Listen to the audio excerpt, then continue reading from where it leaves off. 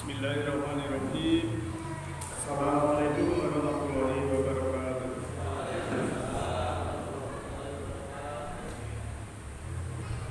Alhamdulillah, assalamualaikum bil huda wa dinil haqqi tujuhu wa la tadkhuli wa la ilaha musibun. Asyhadu an la ilaha illallah wa la syarika lah wa asyhadu anna Muhammadan abduhu wa rasuluhu la nabiyya ba'dah. Allahumma sholli ala Muhammadin wa ala alihi wa sahbihi ajma'in. Amma ba'du. Subhanaka la ilma lana illa ma 'allamtana innaka antal alimul hakim. Rabbi shrah li sadri wa yassir li amri wa hlul min lisani yafqahu qawli. Bapak Ibu kaum muslimin wal muslimat rahmatullah yang insyaallah dirahmati oleh Allah Subhanahu wa taala.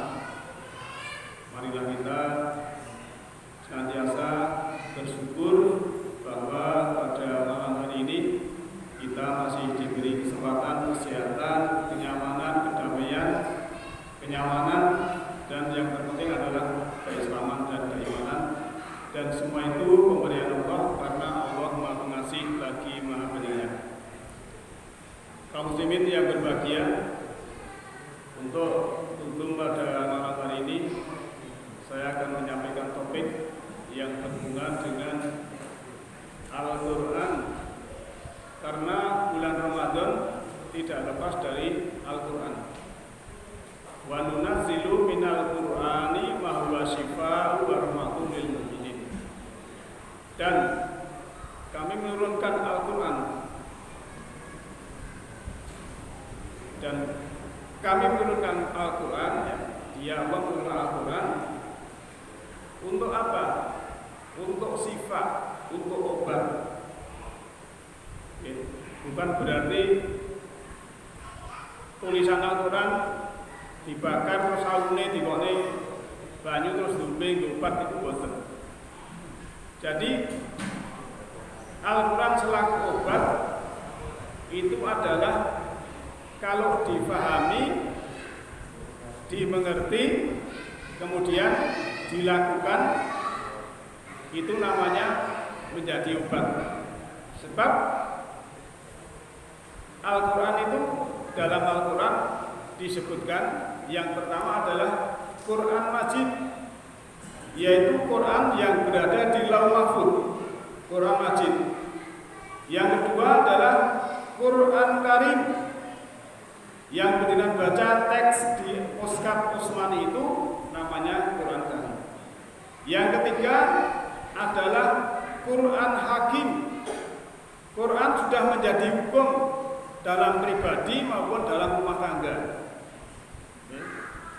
Tapi ayat niku wonten, ayat itu ada yang dipakai saat ini sekarang di sini, tapi ada yang dibiarkan. Misalnya, dengan tidak punya kasus cerai, ya tidak ada iddah, ayat iddah ya biarkan saja. Waktu sekarang damai, tidak ada perang, ya ayat perang ya biarkan saja. Yang dipakai yang pragmatis, yang sesuai dengan situasi kondisi, perintah sholat, ya, perintah jujur, perintah tanggung jawab, perintah bekerja dan sebagainya, itu yang dipakai. Itu Quran Hakim. Yang keempat, ya, adalah Quran Mubin. Quran sudah nyata dipraktekkan, diimplementasikan dalam kehidupan sehari-hari. Yang keempat, ya. Kenapa di luar negeri, ya, kalau saya mencontohkan di Selandia Baru itu korupsi 0%. Kalau di Belanda itu katanya lembaga pemasyarakatan kosong, tidak ada kriminal. Padahal di sana mungkin yang lain di sini dilarang, sana dibolehkan. Tapi karena dibolehkan malah tidak menjalankan. Di sana sudah di jalan-jalan sudah disiplin, tidak ada pelanggaran. Orang sudah tahu jawab, mengerti apa yang dilakukan.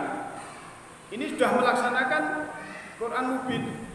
Nah, kita mungkin tingkatannya apa? Kemudian yang kelima adalah Quran Azim. Jadi 4 tadi, ya, Quran Majid, Quran Karim, Quran Mubin, Quran Hakim, semua itu adalah Quran Azim, Quran yang agung, bacaan yang agung. Semua termaktub di dalam Al-Quran.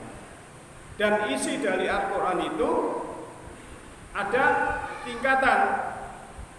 Kita disuruh qiraah, iqra, membaca. Tingkatan berikutnya kita disuruh tilawah, utlu ma'ufiya ilaika minal kitab.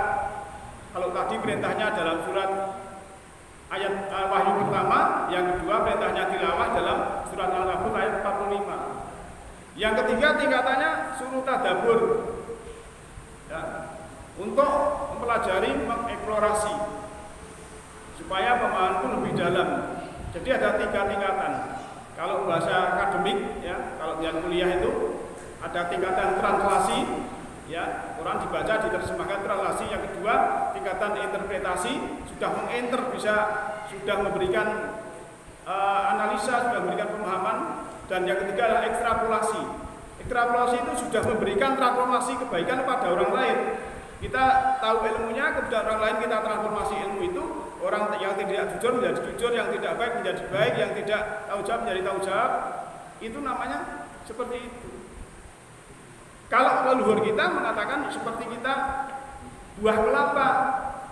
Mungkin kalau kita baru translasi, tingkatan kita baru menerjemahkan, ya baru dapat serabut dan tempurungnya. Begitu kita sudah masuk ke dalam, ya, mentilawah, kemudian menganalisa, memahami, itu sudah masuk mendapatkan buah kelapa dan air kelapa kecuali masuk ke dalam lagi tadabbur, sudah ekstrapolasi, ya, itu mendapatkan santan, bahkan mendapatkan minyak. Minyak itu yang tadinya mentah bisa menjadi matang. Orang yang tadinya mentah, ya, egois, ya, kemudian marah-marah, begitu mendapat petunjuk Al-Quran, dia sudah menjadi orang yang lemah lembut. Inilah sebetulnya kita mendapatkan berkah Quran.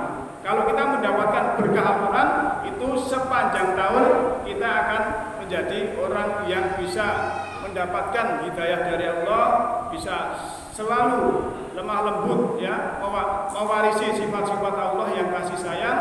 Kemudian setahun itu kita bisa menjadi orang yang jujur, insya Allah menjadi orang yang baik. Jangan sampai kita hanya mendapat berkah di bulannya saja, di bulan Ramadan. Artinya apa? Kita jadikan Ramadan itu 1 tahun supaya kita bisa terbuka jannah itu sepanjang tahun dan tertutup bagi kita neraka itu juga sepanjang tahun. Demikian Bapak Ibu semuanya, semoga ada manfaatnya kita untuk tingkatkan belajar dan belajar, karena kalau kita mengacu kepada UNESCO, kita harus learning, ya, learning to know, kemudian learning to do, learning to be, learning to live together. Jadi kita memahami, ngerti, kemudian kita lakukan. Setelah kita lakukan tiap hari, kita akan menjadi yang baik. Kemudian learning to live together, kita bersama-sama menjadi orang yang rahmatan lil alamin. Demikian nasruminallahi wa qarib. Alhamdulillahirabbil alamin. Assalamualaikum warahmatullahi wabarakatuh.